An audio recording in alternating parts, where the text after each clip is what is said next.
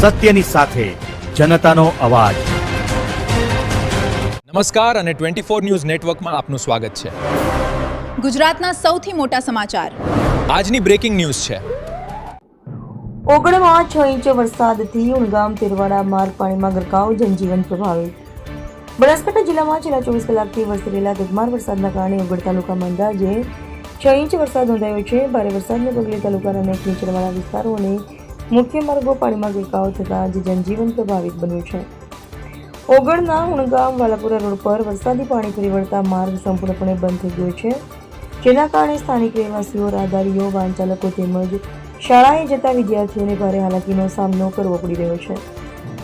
બીજી તરફ તેરવાડા ગામ ખાતે આવેલા ચેરમાતા મંદિરના પરિસરમાં પણ વરસાદી પાણી ભરાઈ જતા સમગ્ર વિસ્તાર જળબંબાકાર બન્યો છે। ભારે પાણીના કારણે તેરવાડાથી ઓગળ જતો મુખ્ય માર્ગ પણ બંધ થઈ જતા લોકોની અવરજવર પર ગંભીર અસર પડી છે। અસરગ્રસ્ત ગામના લોકોએ તંત્ર સમક્ષ તાત્કાલિક રસ્તાઓ પરથી પાણીનો નિકાલ કરી વાહન વ્યવહાર પુનઃ શરૂ કરવાની માંગ કરી છે। હાલ તંત્ર દ્વારા સ્થળ પરિસ્થિતિનું નિરીક્ષણ કરી જરૂરી કાર્યવાહી હાથ ધરવામાં આવી રહી છે।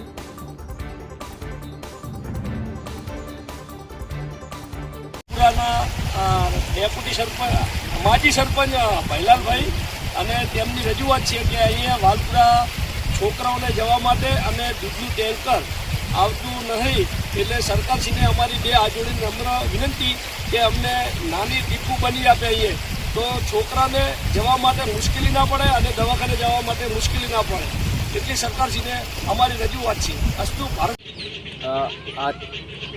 અતિશય વરસાદ પડવાને કારણે તમે જોઈ શકો છો આ તેરવાડા ઓગળ રોડ છે એ પણ બ્લોક થઈ ગયો છે અને આજુબાજુના ગામડામાં વધુ વરસાદ પડવાને કારણે ખૂબ જ નુકસાની છે। અત્યારે ખેડૂતોને જે વાવેલા પાકો હતા જેમાં છે મગફળી છે, પછી જુવાર છે, આ બધા કપાસ જેવા પાકો પાણીમાં ગરકાવ થયા છે। રોડો પણ ખાસા તૂટ્યા છે। જે ઓગળ તેરવાડા રોડ છે એમાં એક નાળો પણ ગરકાવ થઈ ગયો છે। ફતેપુરા તેરવાડા રોડ ઉપર એક નાળો ગરકાવ થઈ ગયો છે। તમે જોઈ શકો છો શેર માતાનું મંદિર છે, પગથિયે પાણી પહોંચે છે। ખૂબ જ નુકસાની છે। એકી સાથે વરસાદ પડ્યો પણ ખૂબ જ પડ્યો, નતો પડતો જ્યારે પડ્યો ત્યારે ખૂબ જ નુકસાન આપ્યું છે ખેડૂતોને। અત્યારે ખેડૂતો માટે ખૂબ જ વિકટ પરિસ્થિતિ છે।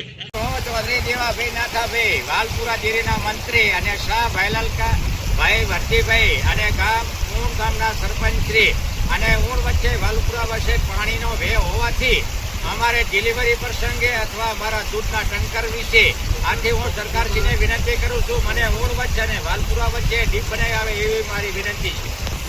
આથી હું ચૌધરી દેવાભાઈ નાથાભાઈ, વાલપુરા ડેરીના મંત્રીશ્રી અને માજી સરપંચ શ્રી શાહ ભૈલાલભાઈ વર્તીભાઈ અને ઊણ ગામના સરપંચ શ્રી રણુભા વાઘેલા વાલપુરા અને ઊણ વચ્ચે જે છે એ બનાવવાની અમારી સરકારશ્રીને વિનંતી છે, એટલું હું આપશ્રીને વિનંતી કરું છું।